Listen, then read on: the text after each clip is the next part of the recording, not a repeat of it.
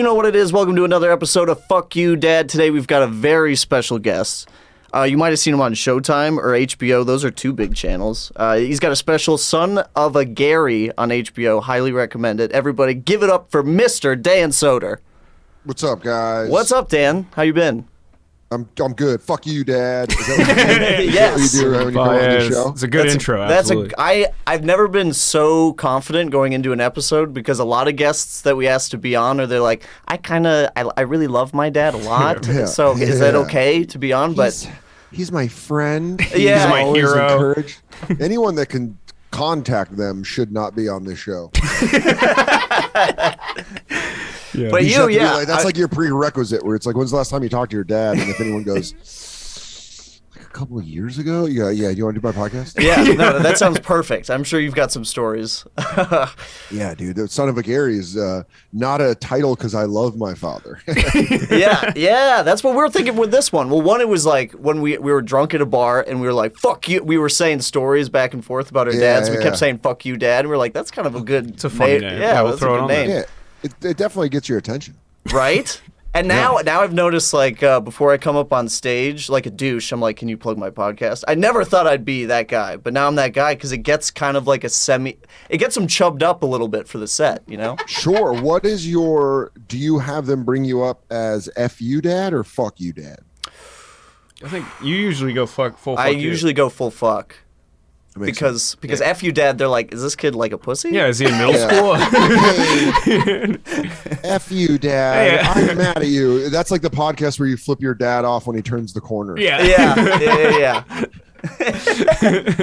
This is you. That's my favorite line in the Weird and Wild Wonderful Whites of West Virginia. This fucking awesome documentary. Is this kid just goes, "This is you, Dennis. This is you, Dennis." He's talking about his dad. I'm sure it's because he wouldn't pay for his pills. Yeah. Oh yeah, dude. I gotta look that kid up. God only knows. God only knows. Are you Googling right now? No, I was loading a bowl. Oh, okay. I was like, hell yeah, Going man. full research on that one. Yeah, I appreciate that. No. Guys, hold the podcast. Yeah, we're gonna pause the whole thing. If you guys could, I gotta track this kid down. So, Dan, I know growing up you were I think that's why you're gonna get along with my co-host a lot because you two were both kind of like garbage children. Like you kind of started. What is that supposed to be? You know what it means. When did you start taking pills, Kenyon? 14, 15? Oh yeah, like around there. Okay, so acknowledge it. Did you grow up in Manhattan? No, I grew up in North Carolina, baby.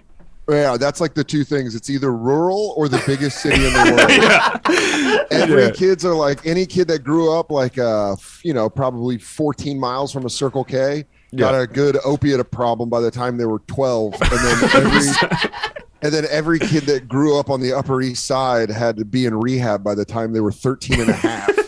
It's a lot like gambling. You have like either you're very like destitute people or like very rich people. Those are the only two sides. Yeah, it's a good point, man. They fucking nailed those markets. Yeah, they're like, we got them. We got both of these. But I've always wondered if you got any into actually like real trouble when you were a kid, or did you kind of? No. I was a pussy. I was a total like. I loved being the funny guy in the group. I didn't want to push any buttons. You know what I mean? Okay. So you weren't like a fighting kind of kid. No. Okay. No, dude. I did not fight at all. I loved being silly, and I hung out with the kids that liked to fight. So I mean, I got in fights, but I wasn't. It was never like I was never the kid that started the fight. I think anytime I ever got into a fight, it was because I was there, and it was just my group of friends, and something was going down. But I was never like. Yeah, they had to put me in a padded room when I was 12 years old. I fought everybody. I was a sensitive little bitch. I was just like, I liked the Simpsons, wrestling, and the 49ers, and then everything else. I was like, yeah, I'll get through it. Now the 49ers, are you a fan of them because of your dad? Yeah, totally. It's the only thing we shared. Me and my dad. Really, I've thought about Sports that. Is the only thing most people share with their dad, I think. Yeah, it's modern day religion. It's just like it is. It's like it gets passed down to you. That's why when people like mock Steelers fans or whatever, and they're like, "All right, get a life," and you're like, "No, dude, that's their Catholicism." Exactly. That's what they got. Yeah, like When you see a guy shirtless, painted, shit on his chest, the man loves something. Let him love it. Yeah. Let him. Dude, if someone wants to jump through a fucking table in a parking lot in Buffalo, let them celebrate their religion. Let them get CTE the long way. The Super Bowl is on a Sunday for a reason. Yeah, dude, football's on. I mean, you know, I think there's been essays written about that, about how football's the new religion, because it is on Sundays, and it grabs the attention of everyone. The way church, because if you think about it, church probably got people before football, like back in like the 1600s. Yeah. Oh, absolutely. Crazy stories from the Bible. Yeah. Where they're like, a whale ate a man. And they're like, holy shit. There's people with big signs with just a letter G and Zus. Just like, Jesus, Jesus. He has risen. He has risen. And that's like, you know, you'd think like the reason that the Chiefs fans use the tomahawk chop is because it probably scared the shit out of everyone that stole the land from the original Chiefs. Yeah. Like there's a reason. So it's, I don't know, like football was the only thing my dad and I, first off, ever really talked about. But second, just had in common where there was no bullshit. You know, there was there was so much bullshit in everything. In every other aspect of our relationship, it was full of bullshit except the Niners. It was like, I could call him and be like, they beat the Saints. And he, you know, I was like a 9-year-old talking to an alcoholic fucking 43-year-old like we were bar buddies. And I think that helped me with stand-up. I think that was like, you know, I've said jokingly on stage before, but I kind of mean it. I feel like my mom's not being honest with me. And I feel like my parents in '88 were like, you want to make this kid a comic? Like, you disappear. I will ride him like a son of a bitch until he's 16, and then just hands off the wheel. And then let's see where he goes. It's like Tiger Woods. Did you watch that Tiger Woods documentary? Oh, hell yeah, dude. Where that guy just hits balls in front of his infant for like hours and hours and hours. That's what it was. My dad showed me Pryor and Dangerfield, and like, and then, you know, that was he's my Earl Woods. And it was the opposite for comedy. You just can't be in their life. Yeah, Earl Woods was too much in Tiger's life. And then my dad was like, I'm gone. Well, so he didn't live with you guys, right? He left pretty. No, he did you know, we moved. I was born in Connecticut, and then we moved to Colorado when I was like 4 or 5 because my mom's family was there and she got transferred for her job. And then they got divorced almost immediately. And then my dad moved like 3 months later back to San Francisco. So he was in San Francisco as long as I can remember. Okay. He lived in California. Gotcha. And you would go visit him like what? Was it like once a year kind of thing? Shit, man, depending on how much child support got paid. Sometimes it was, more than likely it was like twice. My mom, like I think even my mom was like, all right, he's got to see his kid twice a year. Yeah. Would you go more if he paid or if he didn't pay? I would go more if he paid child support. Oh, I see. I thought it was like if he didn't pay, she was like, you go to your dad's house and you get that money. Yeah, I thought you were coming like a collections person. Hey, Dad, how you doing? I noticed seeing you have a nice girlfriend. Shame if I told her you don't pay your ex. Exactly. You just extort your dad for the child support. Words can be a powerful thing, Gary. I'm thinking you don't take me by that Toys R Us and buy me that WWE ring. We're going to have some problems with your friend Cheryl, is it? Cheryl seems like a nice lady. Child support does sound like a mafia term for what it is, right? Like, you want to support your kid, right? You want to support. You want to see him grow. Yeah, it's protection. My mom would rather get like protection. Dude, my mom was one of those white ladies that really, Patrice did a joke about it, but she really was one of those white ladies in the early 90s that was like, I'm going to the courts. I'm taking this son of a bitch to the And then my dad, honestly, I gotta say, he fucking outfoxed her and he just went off the grid. He was like, good luck, dude. Living in an RV somewhere. I was gonna ask, so you never got to, there wasn't like your dad in court story? Like that never happened? He just kind of...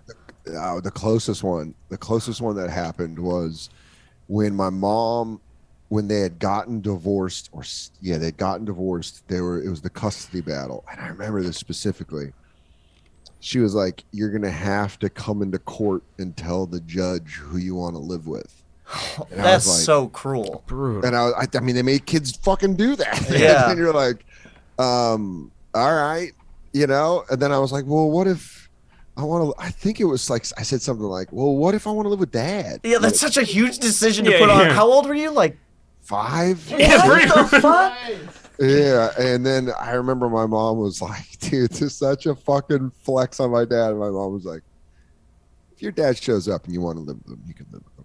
I was like, She knew. okay. She knew. I said it like, okay, that was kind of shitty. And then we showed up to court and it was just an empty chair. And I was like, oh, fuck, you knew what you were talking about.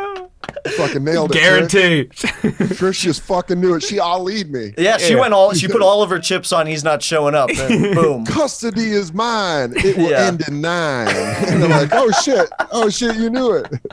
He will not show, and I will probably. Yes. Then she she levied his wages at the end. But what's so funny is they enacted a bill in 1997. We looked this up on the bonfire. They enacted a bill in 1997 called the deadbeat dad law.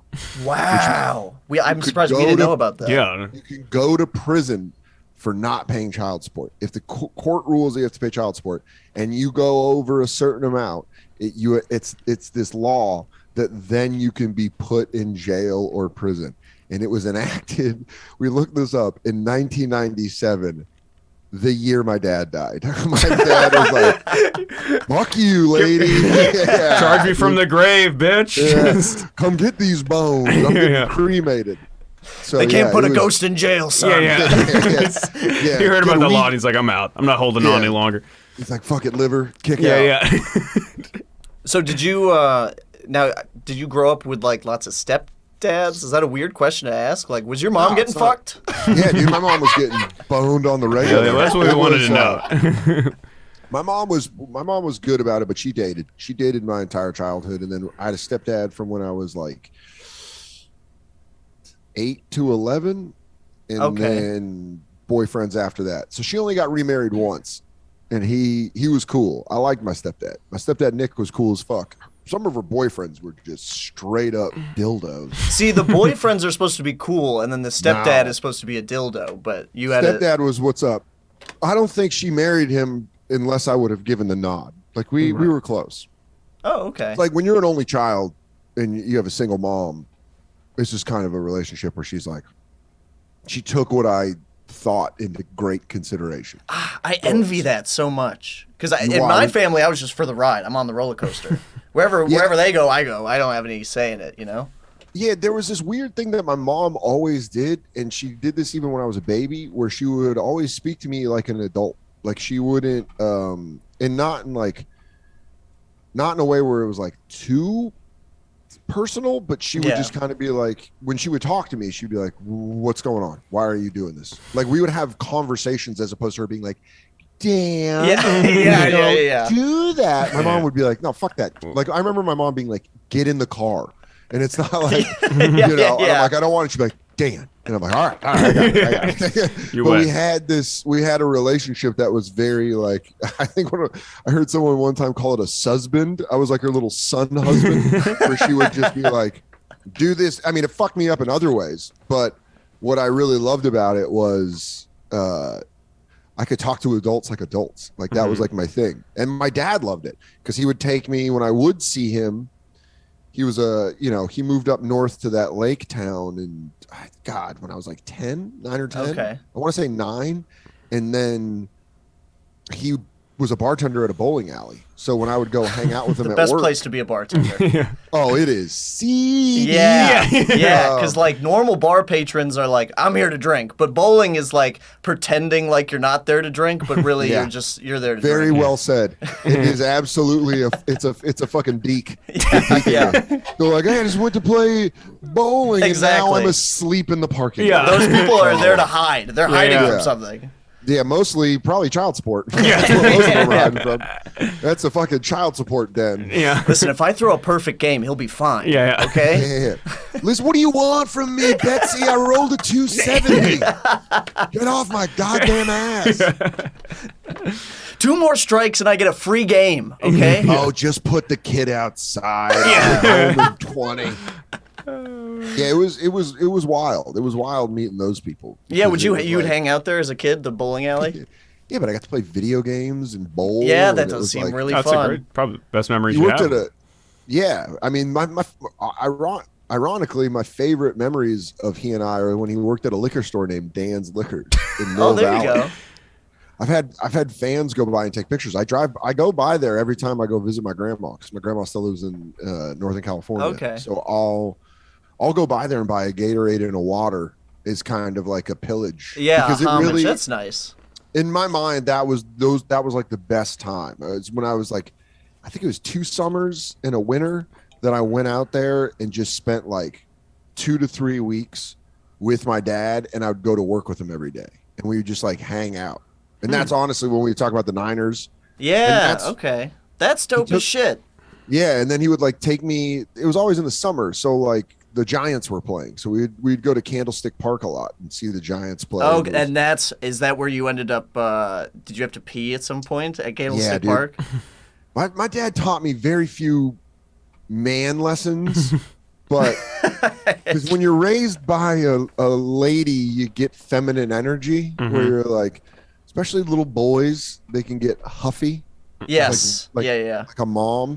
Yeah. Like my mom's huffy, and so I always, when I was little, I'd get like, Yeah. I need to pee. I need to pee. Like I was a good kid, but I would get huffy if I had, and my dad was like, we just left Candlestick Park after a Giants game, and my dad was like, all right, so just piss in the parking lot, and I was like, no. Yeah. Especially because mom would never do that. Yeah. Mom would never. Mom would find you at least a porta potty. Absolutely. Yeah. Dad was like, nah, man, just piss here. Yeah. And he'd always call me pal. And I'd be like, I was like, I gotta pee. He's like, pal, just piss under the car. And I was like, but I can't. And then I remember my dad was like, I just remember he had a Marlboro Red, like in between his finger and his middle finger, and he did the thing where he touched the bridge of his nose. Like and he that, went, like that meme on the internet of that. Same of Ben pose. Affleck. Yes. It's Yeah. basically like the Ben Affleck thing where he was like, I remember he took a pull of his cigarette and he went, just piss under the car. And I was like, That's such a post-drag statement Yeah. too. Yeah. You saying this actually just remembered me of a quick story. I have very similar thing. Me and my dad, I grew up in Minneapolis, and we had Twins season tickets. Yeah. And he's a British guy, so baseball was really the only American sport he could understand because he loved. Yeah, it's American cricket. Exactly, and he loved cricket. So Yeah. he loved baseball. We go to the baseball game. Every time we go to the baseball game, he gets very drunk, like off of what he would call Nat's piss, which is Michelob. Bad beer. Yeah, dude. And it would get to a point where he would flag down the guy who would walking down our aisle and go like, one Nat's piss, and the guy would know what that is and give him a Dude, Michelob. growing up with a dad with pub speak had to be awesome. He's Yeah. like, well, look who just walked in the door. If it ain't me little piffer, if it ain't me little wobbly Barry himself. You're like, Dad, what are you talking about? He's Exactly. Like, oh, piss off your aunt. You fucking grubby I aunt. should have never left home, I tell you what, lads. You'd I'll be tell a you bloody plonker if you were over there. We'd be having your fight boys down by the river. So after the game, like you said, we're by the parking lot, except I don't have to pee. He has to pee. Oh, shit. And he's going, That's a felony. right? And we're in a garage, so it's not a lot. It's a garage, and he goes, God, could use a piss, son. And he would call me lad all the time. He's like, gotta piss, lad. And he told me to. He's like, go out that door. We were in the staircase. He's Sure. like, go out that door. Make sure nobody comes in. And Yeah. he starts pissing, right? And I'm standing at this door. All of a sudden, I would say like it was like a young couple, must have been, but to me it was like old couple. I'm a Giants. kid, Yeah, right? yeah. I'm like, Yeah, they I were can't, giants. I can't talk to these people. I can't Right. say anything. So they started coming towards the door, and I started just going to my dad. So I just fling open the door, and I just see his dick pissing into the corner, like right by the door, almost on my foot. And I'm like, Dad, they're coming. And he's like, oh, for fuck's sake, just tell him to leave.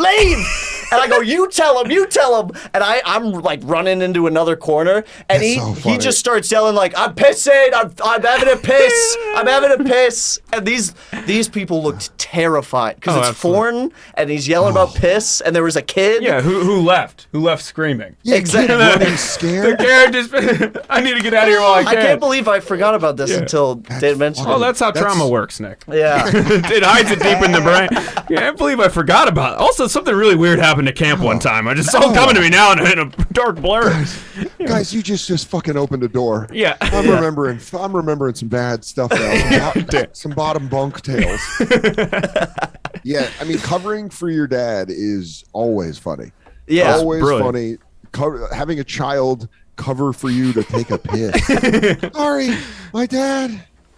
You could have been real creative if you're like, sorry, my dad's sucking his own dick. Yeah. Oh, yeah. That ain't what I'm doing. Hold the fuck on. But nothing like that had happened, so I wasn't funny yet, or I wasn't creative. You know, there was no scars, so I was just a blank slate, scared. You were just a sweet, soft, pink belly little boy Yeah. with no scars on you. The best part to me is he also had to drive afterwards. So he's just this hammered that he's pissing in a parking lot yelling at people, and he's like, let me safely drunk drive my son home. That's so fucking funny because I've been noticing more and more of the stories I tell from childhood. I'm like, wait, they were fucking hammered. Yeah. But we got home. As sometimes you do when you're drunk driving, which we Yeah. don't unreported. That's true. Those are unreported. The successes. I feel like with the internet now, it's going to leave a trail of your dirt way more than what it used to. Because you used to like, my dad died in 97. So I was like, oh, you know, I always had this thing of like, he was just a tortured soul and it just, alcohol got him. It just snuck up and got him. And then I was helping my grandma move storage units and I found this bowling ball bag. And I was like, why the fuck does my dad have a bowling ball bag? My dad didn't bowl. He fucking worked at a bowling alley. That was it. And I opened the bag and it was just like a fucking receipt for a DUI. You're like, Oh, shit. Oh, shit, dude. You like start to see stuff and you're like, oh, fuck, man. You kept the paperwork. Yeah. You should have burned this, dude. And it's like alcoholics now too, when they quit drinking, you can still like peruse the photos of their past and you see them with their buddies like carrying them and you're like, oh, that guy was a mess. So yeah. Smoking, I remember my mom quit smoking cigarettes when I was 6, and then there's pictures we have in a photo book of like my parents in the late 70s in San Francisco, and they are fucking smoking and drinking, and I'm like, damn, y'all were a party couple. yeah. Because now I'm older than the age they were when they had me, and I'm like, I know exactly who you guys were. You were the fun couple that went and had a kid, and I'm that fucking kid. Holy shit. And everyone was secretly concerned but didn't want to say anything. Who's going to call child support? Yeah, I bet if some of their old friends saw this podcast, they'd be like, your head is big for a reason. Yeah. I was there. I let your mother drink. Yeah. And you're like, son of a bitch. Well, Dan, is there anything that you want to plug before we head out? Bonfire, Monday through Thursday on Sirius XM Faction Talk 103. And then if you have HBO Max, check out Son of a Gary. It's fucking hilarious. Hilarious And stuff. you're back on the road, so go check out your website, right? Is it just dansoder.com? Yeah, dansoder.com for live dates. I'm back on the road. Pretty heavy. Well, are you coming to Chicago anytime soon? No. I think I'm working out a new date for Zanies. Oh, okay. Well, Hopefully. We'll see you then, for sure. Hopefully, you know. Yeah, I was after the HBO special came out, I was going to do a run of theaters. I was going to do Chicago, Detroit, and Cleveland. And I was like, getting real ready for it in January 2020. And then old COVID was like, go back 5 steps, fuck. And I was like, got it. You got it. Well, Dan, it's been a blast, man. Thank you so much for coming on. Yeah, thanks, man. Yeah, I'm glad I can remember you covering for your dad pissing. Yeah, that was huge. God, we should all be so lucky as to have a fucking pub dad. I know. It was pretty fantastic. And what's worse now is he knows about the podcast, and so he'll hear me remembering that. So oh, bloody shit. He's probably going to call you and be like, that guy with the dead dad's English accent sucked. And you know what, sir? You're not wrong. It's better than a lot of people try. So yeah, I just do cartoonish. Yeah, it's all right, though. It's not bad. Yeah, all right, Dan.